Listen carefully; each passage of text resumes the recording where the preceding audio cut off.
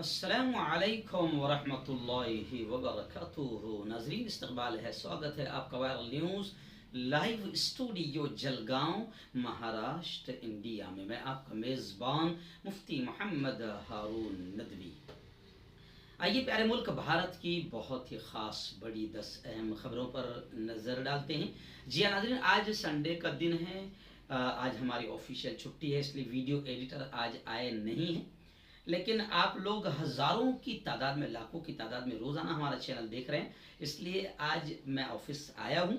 और आज एडिटिंग नहीं करेंगे, साइड में फ़ोटो वगैरह नहीं लगाएंगे, लेकिन मुल्क के जो भी हालात चल रहे हैं सिर्फ आपको सुर्खियाँ, हेडलाइंस मैं आपको बता देता हूँ ताकि आप तक मुल्क के हालात पहुँच सके। जी हाँ नाज़रीन, आप डायरेक्ट सुन लें इसको बगैर एडिटिंग के। इस वक्त पहली बड़ी खबर मध्य प्रदेश के ज़िला खरगोन से आ रही है कि वहाँ पर भी रेमडेसिविर इंजेक्शन की ब्लैक मार्केटिंग के इल्ज़ाम में 3 अफराद को गिरफ्तार किया गया है। और आपको मालूम है कि लगातार रेमडेसिविर इंजेक्शन की ब्लैक मार्केटिंग के वाक़यात पूरे मुल्क से सामने आ रहे हैं। दूसरी बड़ी खबर उत्तर प्रदेश से आ रही है। जी हाँ, वज़ीर आला योगी आदित्यनाथ वज़ीर आज़म नरेंद्र मोदी का भी झूठ बोलने में रिकॉर्ड तोड़ने की कोशिशें कर रहे हैं। एक तरफ तो उत्तर प्रदेश का बड़ा बुरा हाल है, कानपुर से लखनऊ से बड़े बदतर हालात सामने आ रहे हैं, लेकिन फिर भी योगी बड़ी बेशर्मी के साथ दावा कर रहे हैं कि कोरोना के मामला उत्तर प्रदेश में लगातार घट रहे हैं।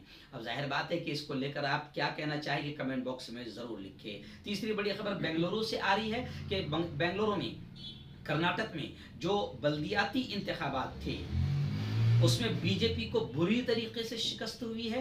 कांग्रेस को 10 में से 7 सीटों पर कामयाबी मिली है। अब लोग इस खबर को देखकर कह रहे हैं कि यही हाल पूरे मुल्क में बीजेपी का होने वाला है। फिर बड़ी खबर इस वक्त उत्तर प्रदेश के जौनपुर से आ रही है कि उत्तर प्रदेश इंतजामिया ने ऑक्सीजन मुहैया करने वाले नौजवान के खिलाफ मुकदमा दर्ज किया। जी हाँ, समाजी कारकुन के खिलाफ मरीजों को मुफ्त ऑक्सीजन फराहम करने पर कार्रवाई की गई। यानी अब आप इससे अंदाज़ा लगाएं कि ऐसा लगता है कि हुकूमत खुद चाहती है कि यार मरने दो, थोड़ी आबादी कम होगी। तो अब जो समाजी कारकुन मुफ्त ऑक्सीजन फराम कर रहा था, सेवा कर रहा था, उस पर मुकदमा दर्ज किया गया। आपको मालूम है कि उत्तर प्रदेश में जो लोग भी पोल खोल रहे हैं, तो बीजेपी ये काम कर रही है, योगी ये काम कर रहा है कि उसको किसी भी तरीके से जेल के सलाखों में डाला जाए ताकि हमारी पोल न खुले। आइए बड़ी खबर फिर आ रही है। आज 5 रियासतों के, जो 5 रियासतें जिनमें इलेक्शन हुआ है। जी हाँ, कोरोना हमने खूब बढ़ाया मगर इलेक्शन हमारे लिए बहुत ज़रूरी था। सत्ता और कुर्सी असल है। तो आज जो 5 रियासतों में इलेक्शन हुआ उनके इंतखाबी नताइज आएंगे, आज रिजल्ट आएंगे। इलेक्शन कमीशन की गिनती की तैयारियां मुकम्मल हो गई है। कोविड जवाबित पर अमल दरआमद को यकीनी बनाने के लिए भी इक़दाम किए जा रहे हैं। तो ये सब ढकोसले हैं। सिक्योरिटी के सख्त इंतजाम है। अब मगरबी बंगाल पर तो सबकी नज़र है, क्योंकि मोदी जी ने एक भी दौरा अस्पताल का नहीं किया मगर 18 दौरे कम से कम मगरबी बंगाल के किए हैं। तो अब वहाँ केवल सबकी नज़र है ममता की टीएमसी या बीजेपी कौन जीतेगा, लोग इंतजार कर रहे हैं। जम्मू कश्मीर से बड़ी खबर आ रही है कि जम्मू कश्मीर के सभी जिलों में कोरोना लॉकडाउन लगा दिया गया है। तमाम तर मामूलाते ज़िंदगी पूरी तरीके से ठप होकर रह गए हैं और जम्मू कश्मीर वैसे भी 2 साल से लॉकडाउन की हालत में है।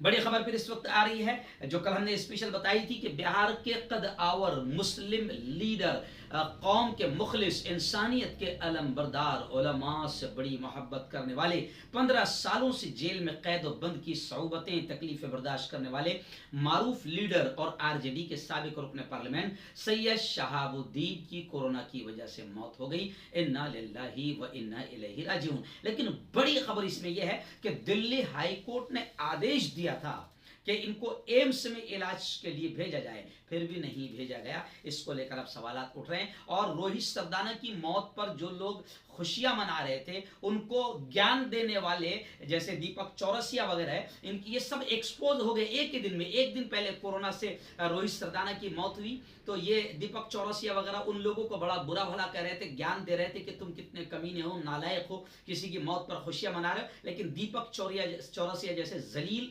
और कमीने लोग फिर एक्सपोज हो गए कि दूसरे दिन जब शहाबुद्दीन की मौत हुई तो ये शहाबुद्दीन की मौत पर ये खुशियां मना रहे थे, तो ये एक्सपोज हो गए हैं। खैर, इस वक्त फिर बड़ी खबर उत्तर प्रदेश की ये भी आ रही कि उत्तर प्रदेश में वोटों की गिनती को टालने से सुप्रीम कोर्ट ने भी इनकार कर दिया। ऐसी ही बड़ी खबर इस वक्त नोएडा से आ रही है। दिल्ली, नोएडा वगैरह के बड़े बुरे हालात है कि अस्पताल के बाहर एक खातून की कार में ही मौत हो गई। इल्तिजा करने के बावजूद भी उसे बिस्तर नहीं मिला। जी हाँ, ये मेरे प्यारे मुल्क का हाल हो गया है कि अब आपको अस्पताल थोड़े बहुत है और वहां पर भी आपको न बिस्तर मिलेगा, और बिस्तर मिल गया तो ऑक्सीजन नहीं मिलेगा, ऑक्सीजन मिल गया तो रेमडेसिविर इंजेक्शन नहीं मिलेगा, आप तड़प तड़प कर मर जाइए। इसलिए अब सोनिया गांधी ने मोदी हुकूमत से कहा कि कोरोना से निपटने के लिए कौमी पॉलिसी बनाइए। कांग्रेस ताउन के लिए, मदद के लिए हर तरह से तैयार है। ऐसे ही बड़ी खबर उत्तर प्रदेश से आ रही है कि जौहर यूनिवर्सिटी के रूहे रवा और रामपुर से मेंबर पार्लियामेंट और समाजवादी पार्टी के कद्दावर लीडर आजम खान भी कोरोना पॉजिटिव हो गए हैं। गुज़िश्ता एक साल से वो सीतापुर जेल में कैद है। सीतापुर जेल इंतजामिया ने 2 दिन पहले उनका टेस्ट कराया था, जिसमें वो कोरोना पॉजिटिव पाए गए हैं, और आजम खान समेत 13 और भी जो कैदी कोरोना पॉजिटिव पाए गए हैं। बड़ी खबर इस वक्त नई दिल्ली से आ रही है कि वैक्सीन बनाने वाली कंपनी के सरबराह अद्दार पूनावाला ने बाअसर लोगों पर धमकी देने का इल्जाम लगाया है। जी हां, serum institute of India SII के chief executive officer CEO Adar Poonawalla ने इंकशाफ किया है कि उन्हें कोविड-19 वैक्सीन के लिए बड़ी तादाद में फोन आ रहे हैं और उन्हें धमकियां भी मिल रही है, और ये लोग फोन पर धमकियां देते हैं। और उन्होंने ये भी कहा कि ये धमकी देने वालों में हिंदुस्तानी रियासतों के CM, अलग अलग स्टेट के CM और तिजारती बोर्ड के सरबराह और बहुत सारी बाअसर शख्सियात धमकी देने वालों में शामिल है। यानी हाल बुरा हो गया है मुल्क का। अब जो लोग काम कर रहे हैं उनको भी काम करने नहीं दिया जा रहा है। प्रियंका गांधी ने तो यहां तक कह दिया कि 700 टीचर्स की ड्यूटी के दौरान मौत हो चुकी है। यूपी पंचायत इलेक्शन पर प्रियंका गांधी ने निशाना साधते हुए कहा है कि जनाब, आपका पंचायत का इलेक्शन बहुत जरूरी था, आपने टीचरों को ड्यूटी पर लगाया और ये ड्यूटी की वजह से 700 असातिज़ा की ड्यूटी के दौरान मौत हुई है। तो खैर, इलेक्शन हमारे लिए बहुत जरूरी है। और अब मुल्क का इतना बुरा हाल बन गया है कि अमेरिका ने, जी हाँ, अमेरिका ने मदद नहीं की है भारत की, जिसके लिए प्रचार करने गए थे ना हमारे मोदी जी, वो अमेरिका ने मदद नहीं की, मुसलमानों ने मदद की है। मुसलमानों के देश सऊदी अरब ने मदद की है। और अब अमेरिका की दूसरी खबर आ रही कि अमेरिका ने तो भारत पर सफरी पाबंदियां भी आयद करने का ऐलान कर दिया है। आइए, बड़ी खबर इस वक्त गुजरात से आ रही है। गुजरात के बनासकांठा जिले से आ रही है कि वहां की इंतजामिया ने यह फैसला किया है कि जो लोग घरों पर इलाज करा रहे हैं उन मरीजों को ऑक्सीजन नहीं दिया जाएगा। बनासकांठा इंतजामिया के इस फैसले पर जनता में काफी गम और गुस्सा देखा जा रहा है, और अब जनता कह रही है कि इस फैसले को वापस लिया जाए, क्योंकि पहले तो अस्पताल में जगह नहीं, अब लोग किसी तरीके से अपने बेडरूम में आइसोलेट होकर अगर इलाज करा रहे तो उनको ऑक्सीजन नहीं दिया जाएगा, तो क्या फिर उनको मरने की इजाजत दी जाएगी? तो काफी लोगों में गम और गुस्सा नजर आ रहा है। और जहां तक बात करूं दिल्ली की, तो दिल्ली का हाल यह है कि हाई कोर्ट ने यह कहा कि अब पानी सर से ऊपर जा चुका है। हर हाल में दिल्ली को आज 490 मैट्रिक टन ऑक्सीजन मिलना चाहिए। यानी ऑक्सीजन की कमी पर दिल्ली हाई कोर्ट में समाप्त हुई। तो अब दिल्ली हाई कोर्ट ने बरहमी का इजहार करते हुए, गुस्से का इजहार करते हुए कहा कि पानी सर से ऊपर जा चुका है।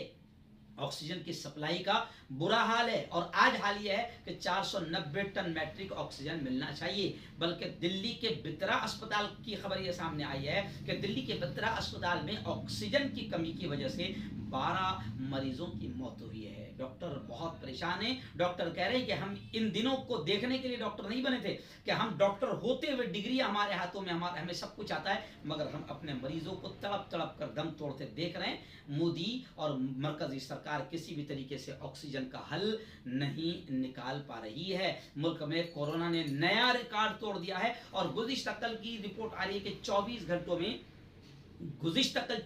में 4 लाख से ज्यादा नए मामले सामने आए हैं।